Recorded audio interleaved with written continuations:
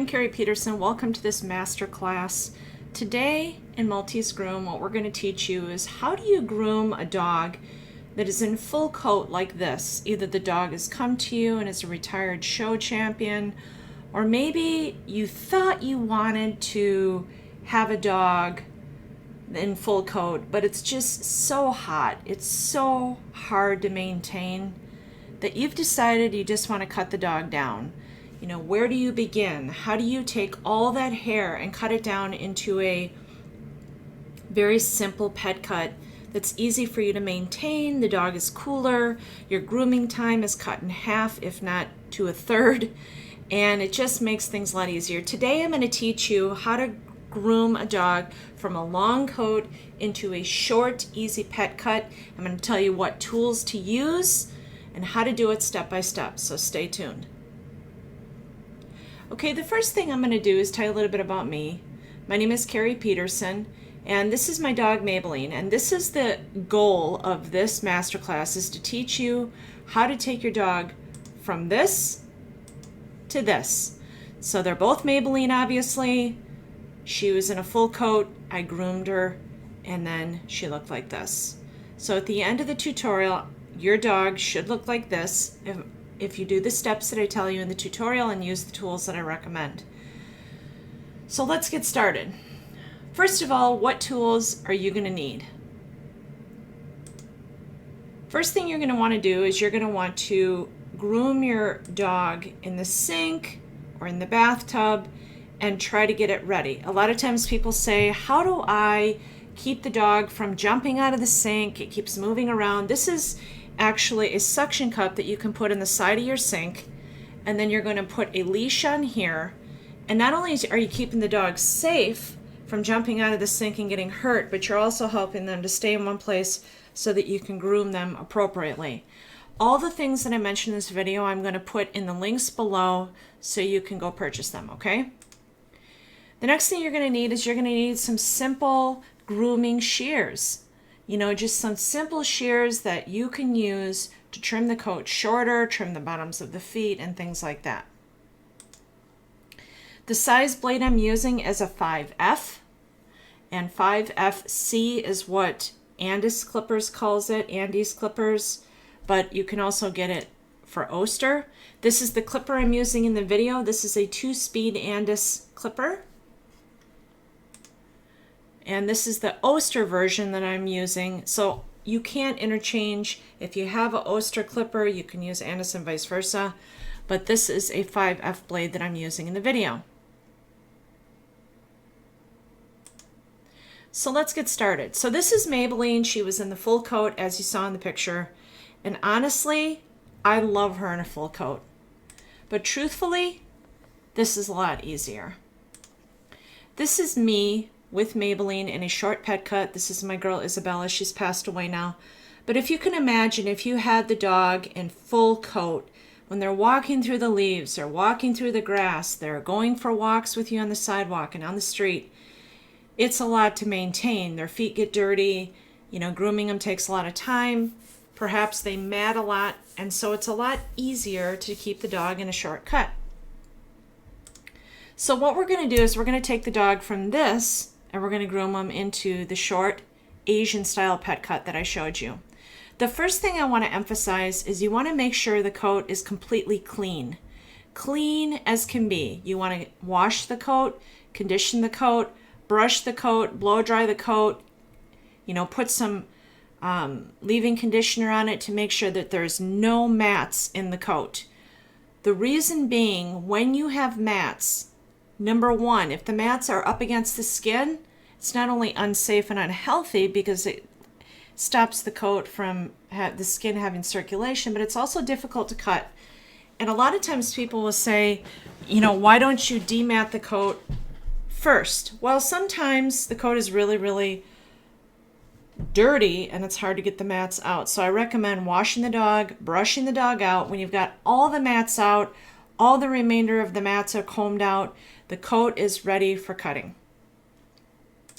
So the first thing we're going to do is once we get them all combed out, we're going to decide what kind of haircut do you want to do. The one I'm going to do is kind of a cross between a teddy bear cut and an Asian pet cut. I kind of have my own version. Every groomer does their own version of different cuts, okay?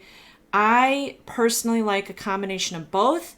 Sometimes the Asian pet cut will have, long ears and really long hair on the legs. They'll leave the tail long and it'll be a plume going over the back.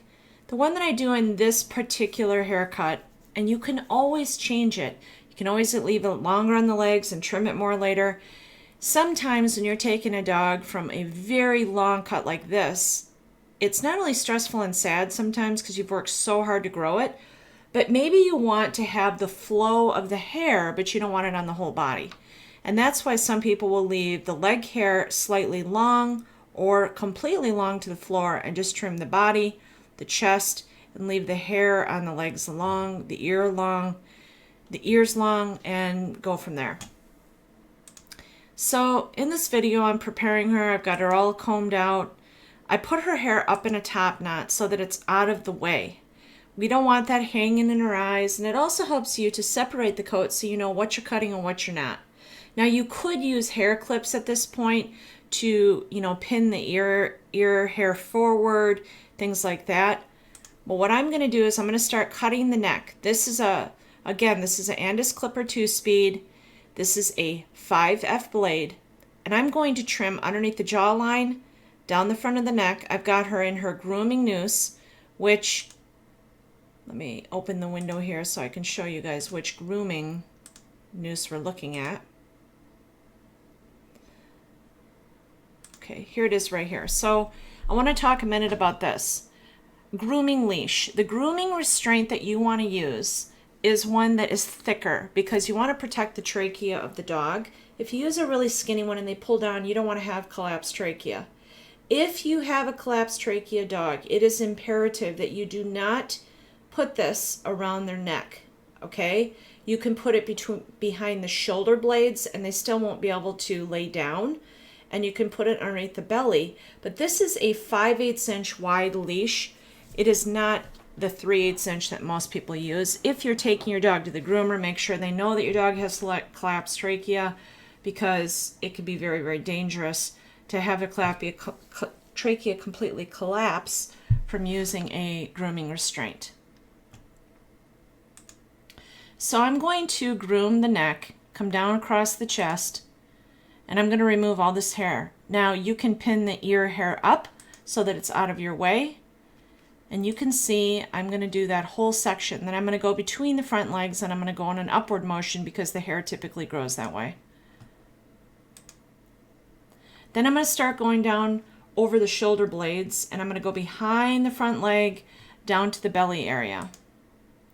Then I'm going to do the back rump, and I'm going to continue cutting this all the way to the base of the tail. You can even trim around the base of the tail here about 2 inches. As you're removing the hair, I like to get the hair off the table and out of the way, just so that I can clearly see on the feet when I'm trimming the feet and stuff. You want to get the hair out of the way so you can see what you're doing. You can see here I'm trimming around the base of the tail.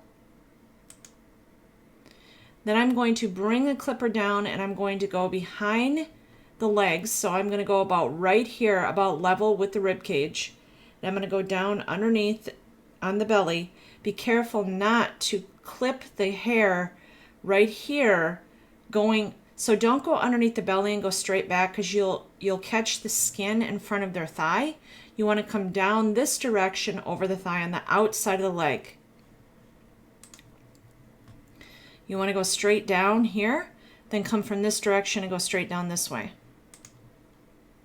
At that point, I'm going to decide how far I want the hair to go down. I would say right about the top of the calf or right about the middle of the body is where I start, shortening that hair.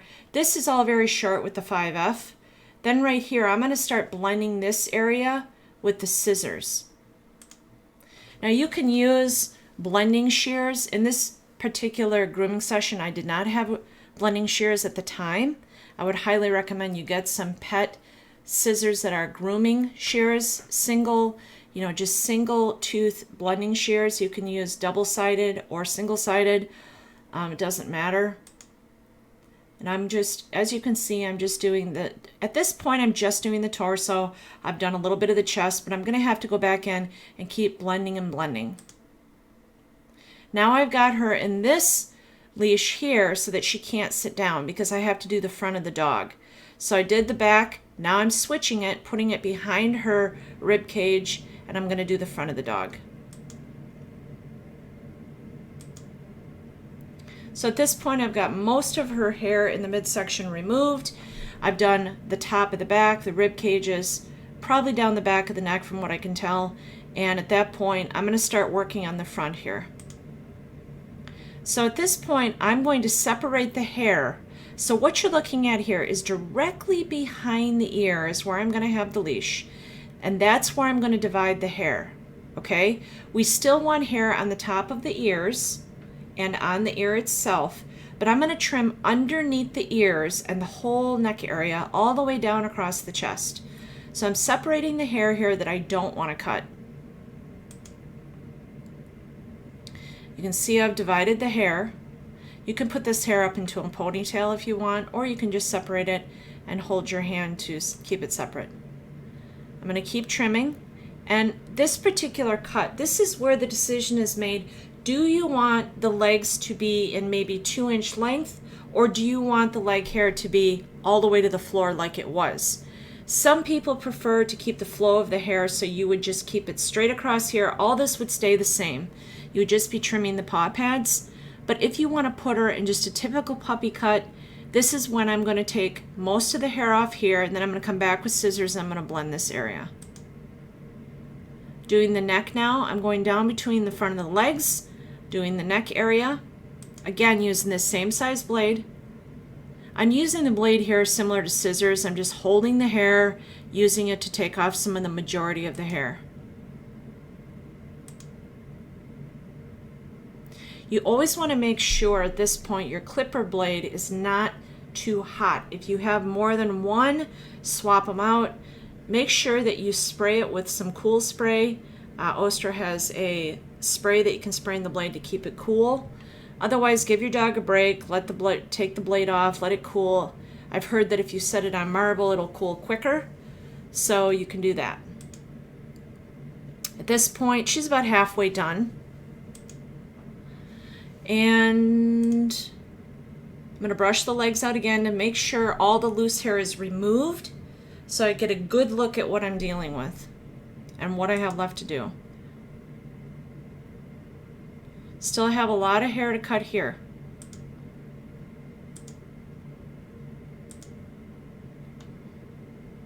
Now I'm going to start trimming this. These shears, I'm very used to these shears. They're very large, but if you have smaller shears, that's totally fine. What you want to do is start just blending. Again, if you have blending shears, it's a lot easier, but you could take the bulk of it off with large shears, just simple straight shears. And I wouldn't recommend using curved shears for this area, otherwise you're going to have a hard time getting the length all the same. And I'm just going to keep blending this hair. So I literally comb it straight out, hold it with my fingers like you would when you're cutting human hair. Hold it with my fingers and just keep trimming and trimming and trimming and blending. And I'm going to do the back legs. I prefer to have hair left on the legs. Now often groomers will shave the dog all one length. I like to leave the hair on the legs a little longer for simply that they don't look so much like a chicken. Their legs are more covered, you can't see their little bones, and it just looks better to me. So that's why I leave the leg hair a little bit longer than the body. So then I come in and I trim the foot pads. Now for this, you can use regular scissors. Be sure not to pinch or cut the foot pads, but you want to blend this area on the hock.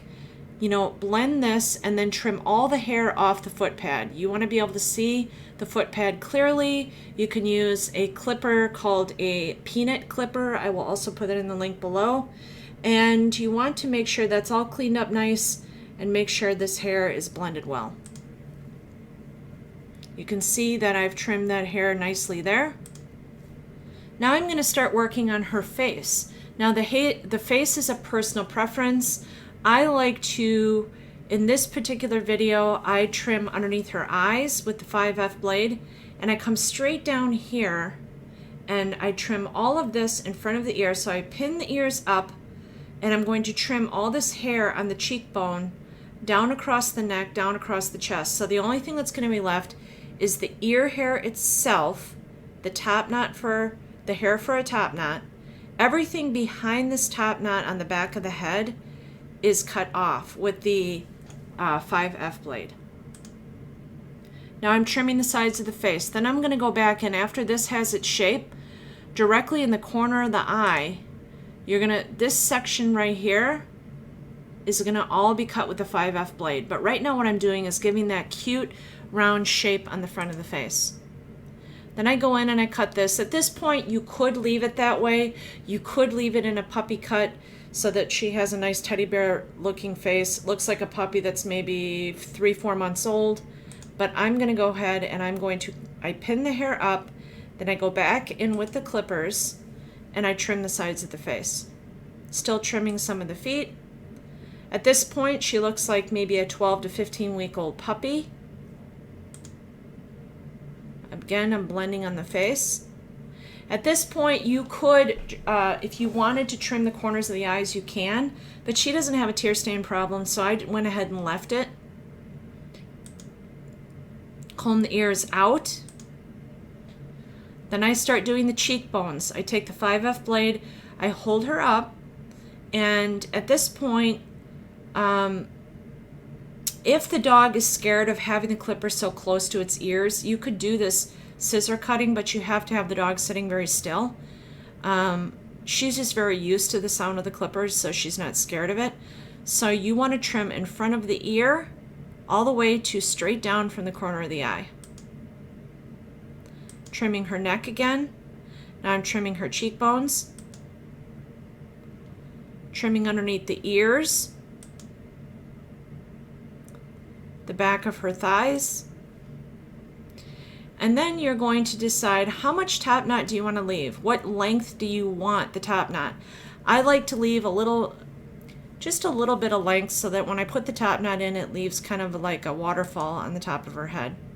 So that's what I'm doing here, is I'm deciding how long I want to have it. And what you notice here is that this is all shaved. This is the top of her ear, and I've shaved all this all the way around her neck.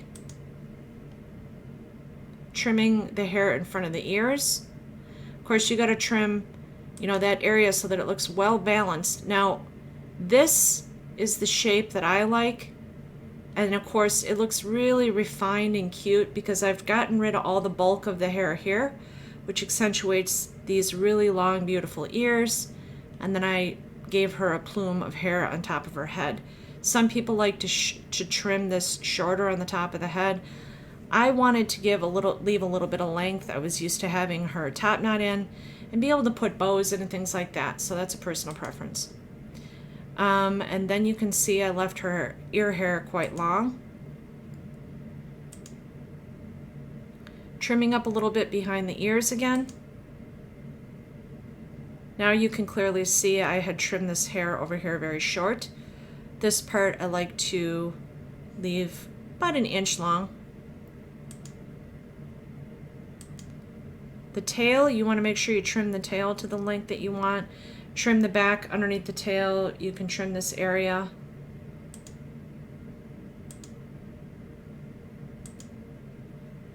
I want to point out this right here. You want to trim the base of the tail with the scissors or the clippers about 2 inches out, and then you want to shorten the length of the tail just long enough that it can go and look like a pretty plume over the back. So when you have the top knot, the longer ears, and the plume over the back, it gives a really nice classy look to it. I really like it. This is a slicker brush, and I'm going to show you, this is the slicker brush that I'm using. It's by All Systems. This is sold at our store. It's used for dematting, so I'm getting all the mats out of her tail and whatnot.